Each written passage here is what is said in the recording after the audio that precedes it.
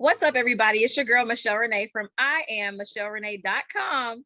And I am back with a very rare, reoccurring guest today. And I'm so excited to have my sweet banging sister, Stacy Bowers, back for the second time. Listen, Stacy, we only scratched the surface the first time around. The first time around, you were just getting ready to kick off. Was it season 4 of Ready to Love? Yes. Houston. And we're going to hear about that. We are also going to hear about this amazing new venture that you are now officially not just an author, but a best-selling author. Words cannot describe how proud I am of you, girl, for this. And then just talk about this journey, because like I said, we only scratched the surface and there's so much more to Stacy. So let's jump right into it, guys. Make sure that if you are not following, that you like, subscribe. You don't ever want to miss what we got going on here. So be sure to stay tuned and stay locked in, because Stacy's about to give us a little bit of the business. You ready, sis? Oh, Jesus. I'm so ready. All right. So let's start with talking about wrapping up where we left off the last time. Last time you were here, we were talking about Ready to Love and that whole experience with dating and being a single mom and being in Houston, which is, of course, a huge city. And all of that, the stuff that comes with it. Tell me a little bit about what that has done for you, both personally, professionally, mentally, with being on that show. What was it like? And y'all just know that this is one of those times we got to have a little bit of the peach Bellini to go on with this, because I'm ready. Okay. So being on this show, it was very rewarding for me because it allowed me to challenge myself in ways that, in ways to date and to open myself up to new people that I never planned on. I never would have imagined doing. And so I feel like being on the show really just nudged me in the right way, in the right direction to get started on my next chapter in life. Nice. So are you ready for love in real life? Is that something in a direction that you want to go? Because you got a lot of stuff going on. You still have your firm, you still have everything that you got going on. Is dating a big part of what you're trying to do right now? Well, I feel like after my Ready to Love experience, first I was like a little bit drained. And then, obviously I had people coming at me in different directions, like asking me out and stuff. Then I was like, oh, I'll be open again. And then I was like, okay, I'm about to give up. Listen, you are such an inspiration for so many women, especially moms, single moms, divorced moms, to make that jump and say, you know what, I'm not going to be afraid of this. I'm going to take a chance. It's worth it. But everything requires balance, right? Right. I think that's what you helped us to see, is that, you know what, you can have a good time. You can show people who you are and still guard yourself in a way that is not so guarded that you don't get to know people. And I love that about just this experience. Right. Well, I mean, I am dating. So, I'm like, listen, I'm so dramatic. So I'd be like, oh, okay, I give up today, like every day. Like, it's almost like washing clothes. Like, okay, I'm tired. I'm not washing clothes anymore. And then what you do? Put another load in. Of course. Not folding another towel. What you gonna do? Fold a towel. So absolutely. So I literally haven't given up. I think there are good men out there. I think there is a good partner for me somewhere. And, I feel like all puzzles have pieces, and I'm just waiting for the right fit for me. I don't believe in selling myself short or rushing things. I just feel like I have like divine intervention on my side. So at the right moment, Jesus is going to be like, girl, here you go. And I believe that. Seriously, I believe when the time is right, everything and the stars will align so that everything works out the way it's supposed to work out, because you are proof that that's how life works for Stacy, right? Oh yeah, absolutely. Which definitely leads us into where you are now with recently releasing a book. Tell us the name of the book. My God. Tell us about this whole journey. So the name of the book is entitled Elevated: The Rise of the Underdog, and it is an anthology packed with 23 amazing women's stories and their journeys to overcoming turbulence in their lives and leveling it out, and not only leveling out the turbulence, but also rising beyond it. And to me, it is a modern day chicken noodle soup for the soul, Yeah. with the exception of we're scratching the surface of some really deep issues that occur in our community. So it is your best friends, it's stories of you, it's stories of your sisters, your best friends, your mom, a cousin. It's very relatable. And I think it is very um, necessary in just breaking this cycle of sitting on our problems in our Black Yes. community. Yes. I think that you just covered a lot. In just a few sentences, you just covered a lot, because when you talk about turbulence and you talk about being able to rise above and elevate above it, so many of us, and this is a large reason for why I started my platform, so many of us believe in the midst of our turbulence that we're the only one who's ever experienced that, or that we're Right. the only one who has come to this place where we're just like, you know what, just like the folding of the towels or the doing of the laundry, I give up. I don't want to go any further. I don't want to do this. I can't handle it.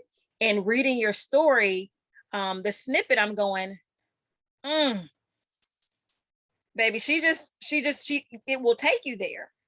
Can you Mhm. tell about the process of really being able to be so transparent and open in what you provided with this anthology? Well, okay, so initially I was the forward author.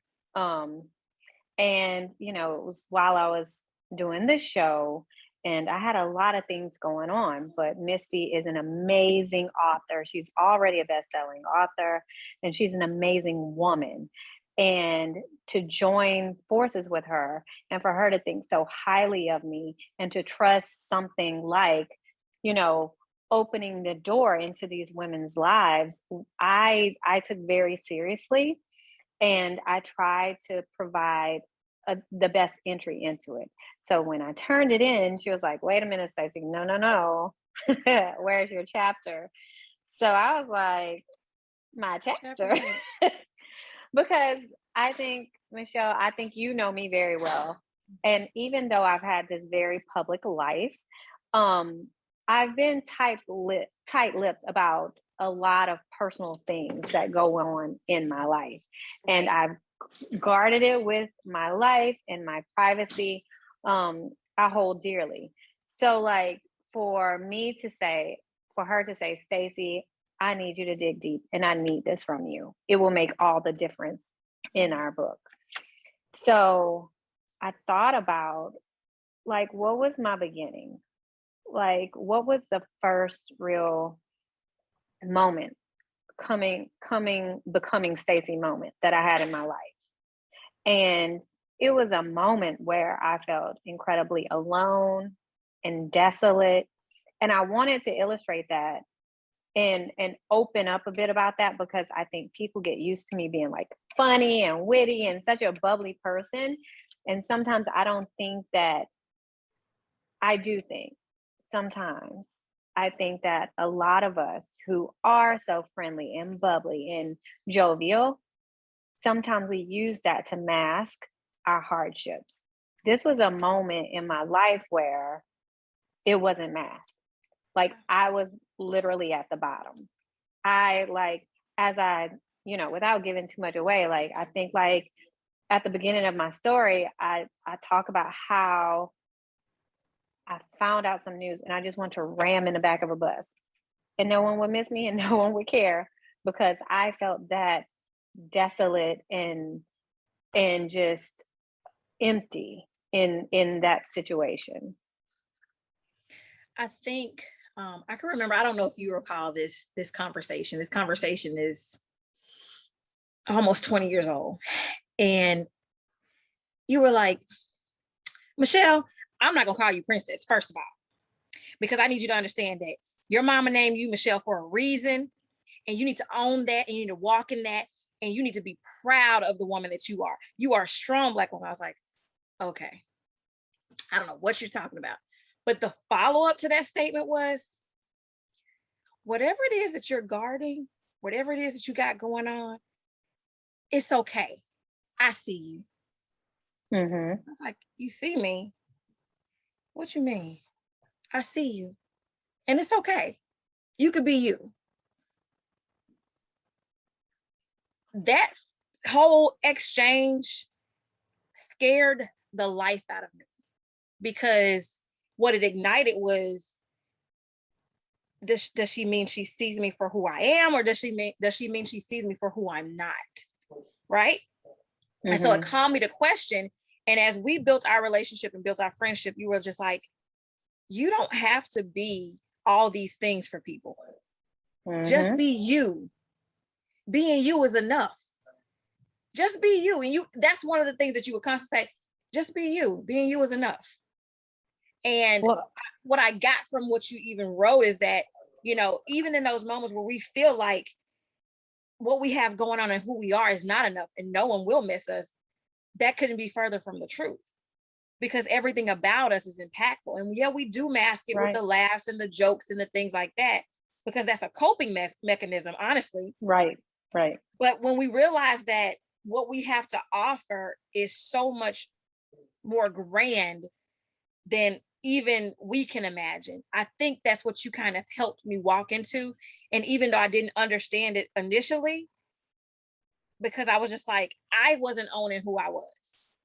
right. I didn't even know. And I was afraid to be who I was, because when you go through life and people expect you to be one way, then you try to live up to their expectations, even if it makes you uncomfortable. Right. And you know what? Another thing is, one thing you do definitely know about me, I don't know if the rest of the world does. It's I don't mince words, but I don't waste them either. Right. And I've been blessed with this gift of foresight where I can see the beauty in people and who they are. And sometimes it's just like a calling that I have to tell you, you Mhm. are beautiful. I don't know what you're going through, but I can see something in you. And I feel like sometimes that's a blessing, and sometimes that's my Achilles heel, because whether a person gets the message or not, well, you know, is where it can be wasted. My words can be wasted. Um, I also think that, as we go along in my chapter, right, I talk about redirecting your thoughts in those moments, Mhm. and how when I was faced with life and death, literally, that I went from being this scared, lonely, embarrassed teenage girl to this powerful woman who believes that through faith and mental toughness, I can get through anything. And I literally, I was sedated. I fell asleep, you know, having the operation, um, not knowing if I was going to wake up. But in that moment, I wasn't afraid anymore, because I knew my focus was surviving. And I knew come hell or high water, I was going to wake up. I Yeah. had no choice. I couldn't be my mom's only child and not wake up for her, or for my aunts who were sitting there praying over me. So once I learned that, because like we people tell us so much and we listen, but we don't hear. Yeah. So I listened to this from my mom, Stacy, redirect your thoughts, mind over matter, my entire life. Yeah. Because my mom, she's an amazing, loving woman. Yes. And I don't know if it's just the Virgo in me, but she knows I'm an overthinker. And Mhm. so sometimes she would, and I would have all these fires that I'm trying to put out and build a new house to replace the house that's on fire all at the same time. So my mom was constantly trying to tell me to slow down, redirect your thoughts. It's not so much going around. Sometimes, these are flickers and flames or Mhm. ember, and they're not an actual fire to be put out. So going through this journey, it took me to a very vulnerable place. And sometimes I believe that some of us, we have these multiple moments in life, because I know, this is only one of the many Yeah. stories that people wouldn't believe. They look at me and they're like, "Oh my gosh, she has so much going on and she's always been successful and she's Her always life been." couldn't have been hard, right? Her life couldn't have been hard. No way.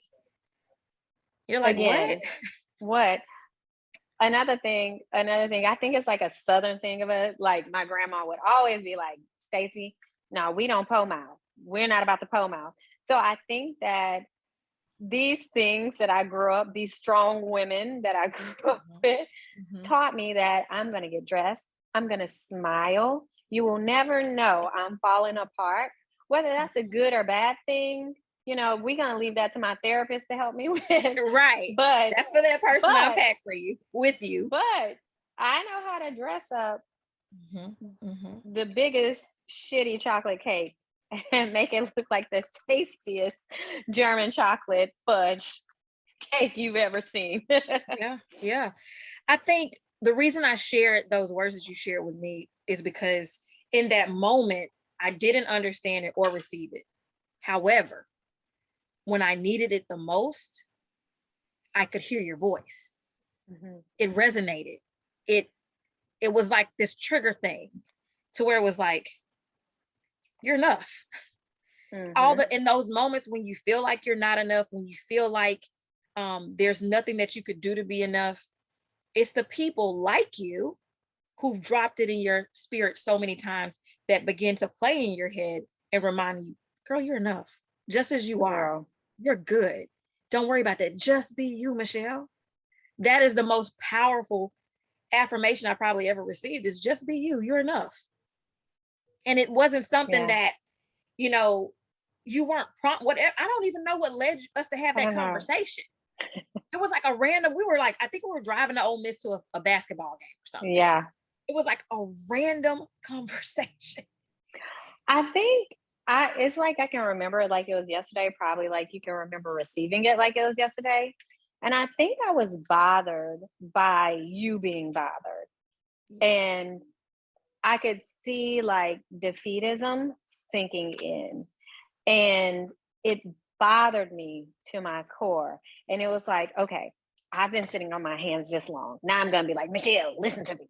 You know what I mean? Because I I vividly and remember being bothered that you were Mhm. so in a place of like being so extremely bothered. And it was, I don't know what was getting you down, but I was just like, we were probably listening to like Gucci Mane or something. And it was like skirt, Right? Like, Jeezy, listen, we skirt. need to talk Hold about on, this. I'm put on Mariah Carey real quick. Hold on, we about to have a conversation.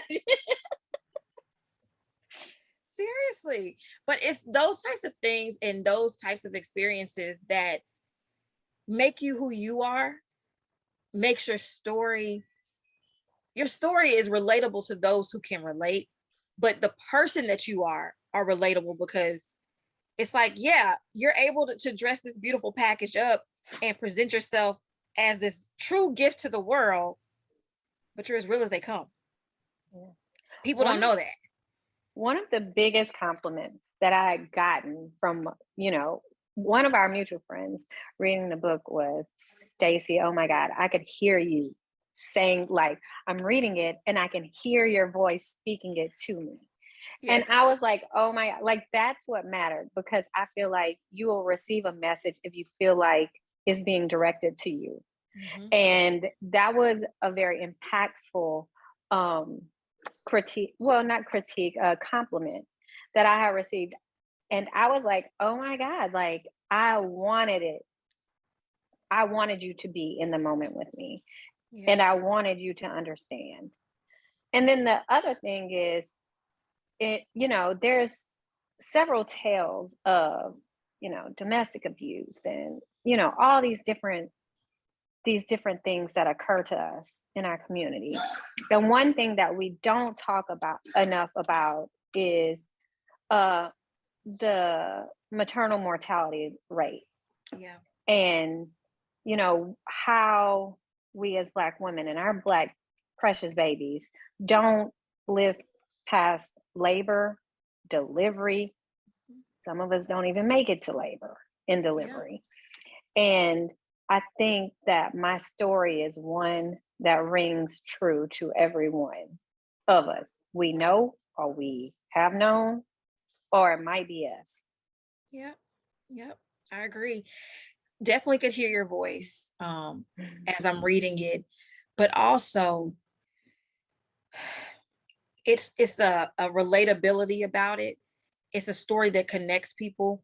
And then I have to ask the question. I'm not gonna shy away from this. It still leaves us wanting to know more about Stacy. Like we finish and you're like, wait, so what happens? Like, okay, so this happened, but that's the beginning. Tell me more. What's going on? Right. How are we gonna find out that more? I know you're not gonna leave us hanging. I'm not. I'm already working on it. I've Good, gotten good. such positive feedback. And I mean, like, and I'm saying this to everyone right now. This is our winning season, It right? is. You, all of you, have to claim it. And it's just been like I was tickled pink. I don't think that a lot of people knew, like, I'm like an immense nerd. Like, I'm such a nerd. I read a lot. And what people don't know is that I write a lot. I've written since I was a child, like Mhm. little poems, little stories. I through college I like um edited people's papers, and even now my friends that's getting their PhDs and stuff, like I'm Yep. constantly helping them with their papers and stuff, because it's just, I'm not a talented and gifted singer. I Oh, can't but you minister trying to through you trying to do voice. your little notes. Girl, they be so flat. But But you are I talented. You are a talented writer. And I love that. Right. Which is like been a childhood dream that's finally come into fruition. And so I am tickled pink. Like, I'm so excited, and I'm so excited to bring more to everyone, because um I just when I was doing it, I didn't think it would be received as it's been. Yeah, yeah. Well, you're definitely you've got a story to tell for one. Oh, And several. if people if they only knew, or when they find out, they're gonna just be like, I feel like they don't have a bad impression of you already. I really don't. And the people who do don't know you, and that's fine. Let the haters hate. Haters gonna hate, potatoes gonna potate. We're gonna rock with them all. But I feel like the people who get to know Stacy and understand the makings of you are going to recognize how much more powerful it is for you to be in the place that you are, for you to do the things that you do, for you to have the smile that you have, for you to raise the children in the way that you're raising them. All Mhm, of those things are so profound already. But once you hear the backstory and you hear the mhm. grit and you hear the perseverance that is required to be Stacey Bowers, like it's a next level thing. Yeah, So this story is one that cannot be kept in a box for long. So I no. know that, imagine what it's going to be like when it really comes into fruition in the full picture, because this piece and the piece of the other women, like you said, it's a nugget from every woman we've ever known, right? Yes. And we're able Mhm. to see this picture of people that we know and love, our relatives, our friends, our colleagues. We're all there and we can relate. But when you are able to put this face with this imagery, it's a different kind of thing. Like, I don't even know if I'm putting it in the right Right. words right now. Like, it's a Right. different kind of thing, because Right. even knowing your story and reading your story, You it's didn't like, know. I didn't know that. Oh, Right. wow. Like, And you've known me for over 20 years. yeah, yeah. So that's So think significant. think how liberating it is. Imagine how liberating it is to finally, open up and Yeah. share this with y'all. Like, it has like set me free, honestly. Ooh, And the first thing, and I can tell you, one of the conversations, because as I was trying to quickly write it, because I turned my stuff in at the deadline. She was like, no, no, no, Stacy. So I had until the next day to get my life story, a big part of my life in a story, turned into publishing, Wow. or else I would slow up everything that's happened now. So it stressed me out. And so, like, as I'm writing it, I said, Cam, my oldest child, read this. And his jaw dropped. And he said, Mom, you know what? Let's talk about depression. I've never experienced depression, but I think it's because you've helped me to talk about things that bother me from reading my draft. So we had a whole conversation about depression and these things. And it was like, as your kids know you, right? Yeah, They they know do. you, but he didn't know me like that. And at the end of it, he was like, I'm just so proud of you. I was like, what? You don't make me cry. Girl, Oh my I was like, God. what? He was like, Mom, I did not know this is what you went through, but I'm thankful that you've taught me to talk about how I feel. And like like me and my children, we talk about everything, like Mhm. everything, which I say that with disclaimer. I believe in privacy, like like a mature privacy. Like Right, right. I'm not gonna invade or, break your trust. But we talk about so much. So this opened the door to something that I never even thought to talk about with my kids. Right. Something, one thing, and I hope to get deeper in this as I release more. I have an aunt that passed away due to suicide. Yeah. And it was like, we didn't know she was depressed. And that was my fear in my entire chapter, Yeah. like in what I shared, because it was almost like my feelings were, I would never kill myself. But if I died right now, who would miss me? Right. You know what I mean? Right. And and so like that opened a discussion up with my children so that we can now talk about things that plague them, you know, that Absolutely. would cause depression so that we can be stronger together. And so I was just like very humbled, I guess, but proud of my son in that moment because it's like he's reading it. He pointed it out right away.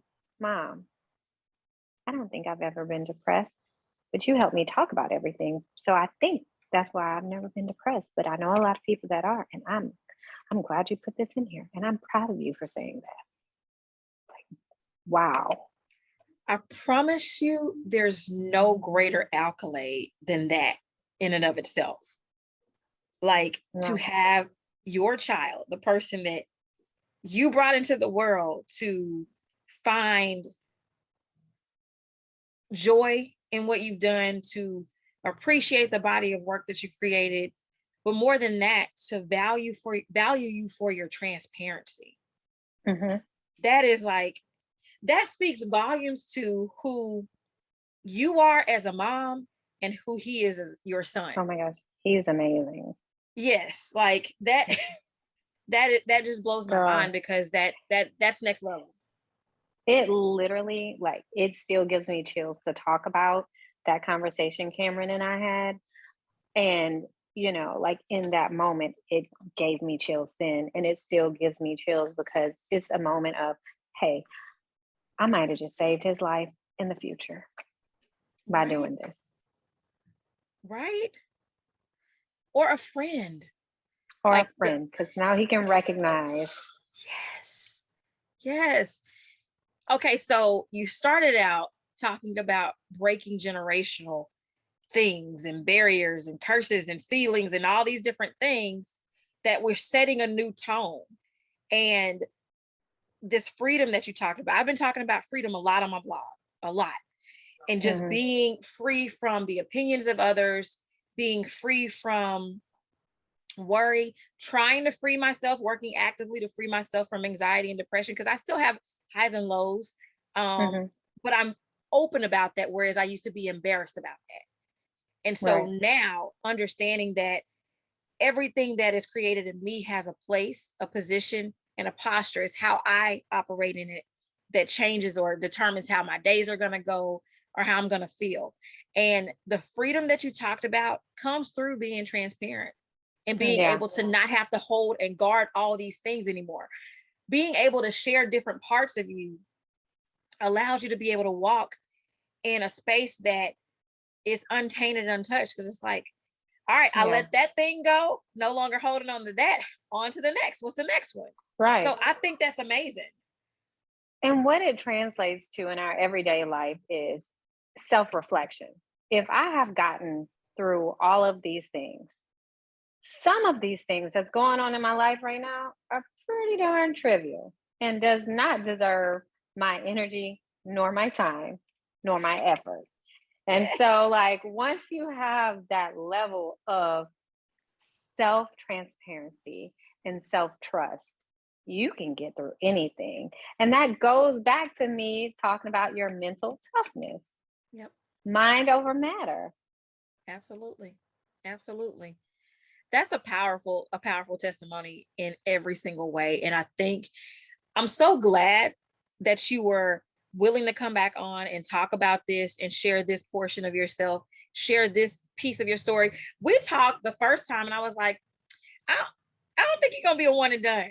He was like, nah, I think we're gonna have a couple of pieces where we gotta come and share because there's so much and so many layers to who you Hmm. are that whereas a person may not connect on this particular one, but I guarantee you, as you start sharing and peeling back more layers, there's something for every woman Yes. that you've experienced in your life that Right. as you start sharing more, they're gonna be like, now she ain't had me with the other one, but she just rolled my number right there. Like, Hmm. seriously, you've had enough life experiences to be able to capture those things and truly say, you know what? I survived it. I've overcome it. Hell, at this point, I've mastered it. And Right. I'm okay. So everything that you're going through right now is going to be okay. Let that be proof that you'll be just fine. Right. And full disclosure, like even when I feel like the odds are against me now, and I'm feeling like my mom gets so like agitated with me because I'll be like, oh, but it's fine. No, we'll be all right. She's like, girl, come to reality. And I'm like, no, this is my reality. Yeah. I will get through this. I will be fine. We Yep. will be fine. Yep. And I just keep, and I dress up and keep it moving. And it's like she wants to talk about, and there's people in our lives like that who are a different type of realist where they want to talk about the things that might not be going so grand, they Yeah. want to discuss that. That's fine, we can discuss it. But what I won't do is allow that to get me down. We can Yep. discuss it and we can talk about a game plan. But other than that, I know this is something I will defeat, I will get through, I will conquer, and I will survive. Like Mhm. that's what it is. And no one can tell me otherwise. As a matter of fact, mom, you taught me to be like that. So how about you eat your own words right now and start thinking like how you taught me to think? You better leave Mama D alone before she come on here and be like, Michelle, I'm gonna need you to interview me so you can get my side of this story. Oh no, I credit her with all of my strength, all of me being a good person. And I just feel like sometimes I feel like I get in a funk because I'm like, oh, where are the good people at? Like I feel like sometimes I'm a sore thumb because I'm like, okay, I can't relate to people because I really Mhm. genuinely do right by people. Yeah. I'm not a negative person. I really do think that we'll get through anything.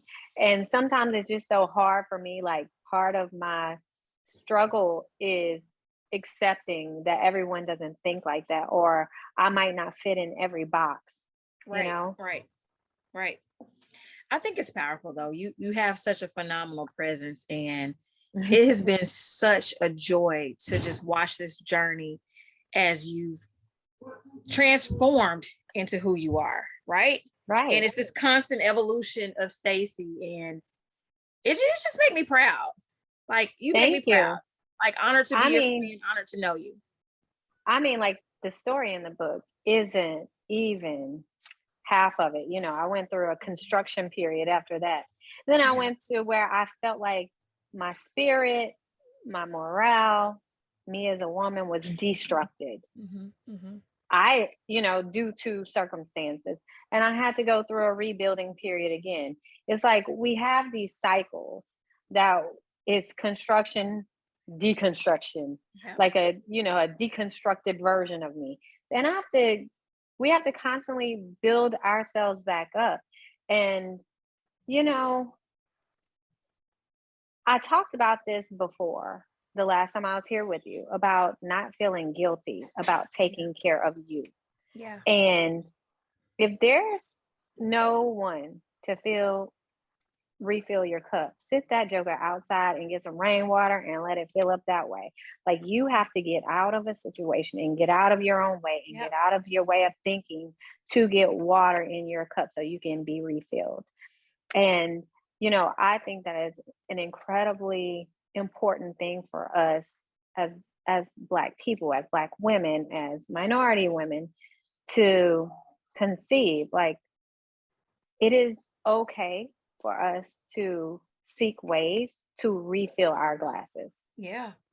Yeah, you said that, Stacy, and I was like, yeah, I'm gonna work on taking care of me. I mean, as soon as I get time, you were like, all right, like I'm telling you, you gotta don't wait. You need to get it done. And shortly thereafter, I end up going down, becoming very sick. Literally stress, anxiety had taken over my body for so long that my body Hmm. was like, hey, I quit because you won't respect Right. me. So I'm done and I'm out. And that whole process of going through that, when you can't walk, you can't do for yourself, you can't take care of yourself, you literally can't be a mom, you can't be a wife, you can't be anything because you can only be where you are right in that moment. It taught me a lot of things.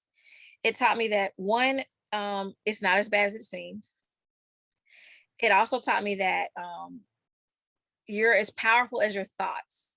So whatever you think, believe that, because you got to control those thoughts. They can get the best of you. But it also told me that no one is going to make your self care a priority. That is your job. No. That's your job. So if you're tired and you've been ripping and running and you've been doing everything with the kids, or you've been doing everything for your home, or you've been doing everything for your job, you've been doing everything for whatever you're doing, and you didn't take any time for yourself, it's on you. No one is going to relieve you of duties if you keep saying yes and if you keep doing. The Right. power of no has been such an empowering piece of my healing and my reconstruction period. The Yeah. freedom to just say no. Freedom to say no. Amen. Like it's such a Amen. shift in. There's so many people have commented like she drops nuggets, like things that you don't think about, and people can view it as, oh, being carefree. It's not even that. It's like, I want to be here for my kids when they get older. I want to be here to see different things. And I can't be here if I'm just a morsel of who I am, if I'm just a Right. little piece of who I am. I want to be the whole Right. me. And for the first Right. time, I feel like the whole me. And it's because I'm no longer allowing things to chip away at me. I'm not carrying grudges. I'm not worrying Hmm. about what the next person is doing. I'm doing me the way I want to do me. I'm not concerned with how people feel about me doing me. I love on those girls. I love on that husband. I love on my family. And I give them all the do not disturb when I need my break from all of Okay. them. And that's okay Okay. too. I'll tell you this, like I can totally relate to you.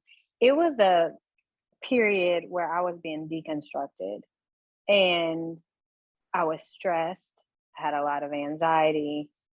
It's like, you know, the world was not being kind to me. And, I haven't shared this with anyone. Only my closest of family know because they had to assist me. But I ended up, me, I found myself at MD Anderson Cancer Center. and had to go through, treatments and have surgery because out of nowhere, this develops. Out of Wow. nowhere. And I want to like you know me, like I'm super healthy. I've always eaten healthy. It was attributed to the stress and pressure that I was under at that time. It was a very dark time that I was going through.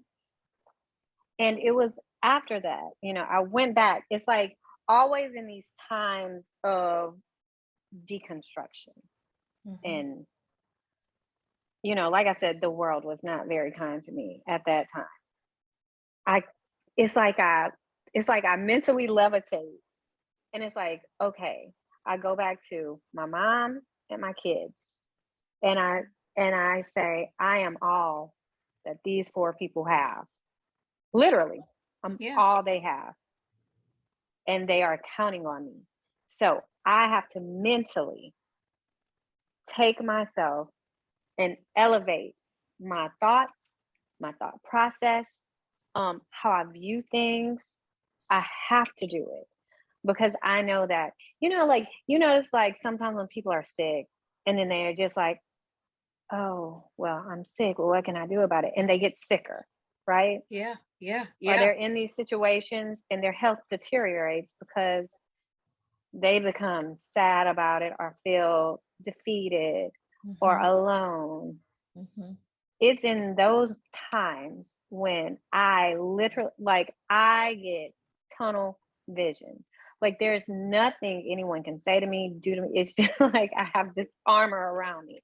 And I'm like, okay, this is our goal. This is where we need to be. And we've got to get there because these people need to see me at on the other side, like on the Yeah. other side of the bed.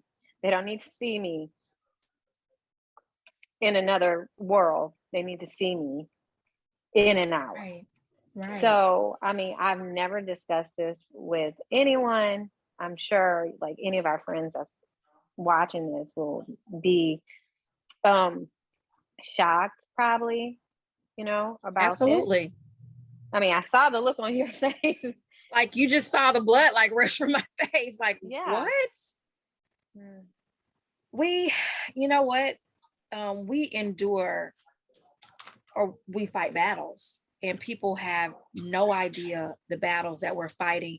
And Cameron. it's funny because sometimes our closest friends will be like, well, why didn't you tell me? And it's like when you're in that moment, um, you're fighting so hard to get through, and you're fighting Mhm. so hard to get this behind you, to be over the hump, and it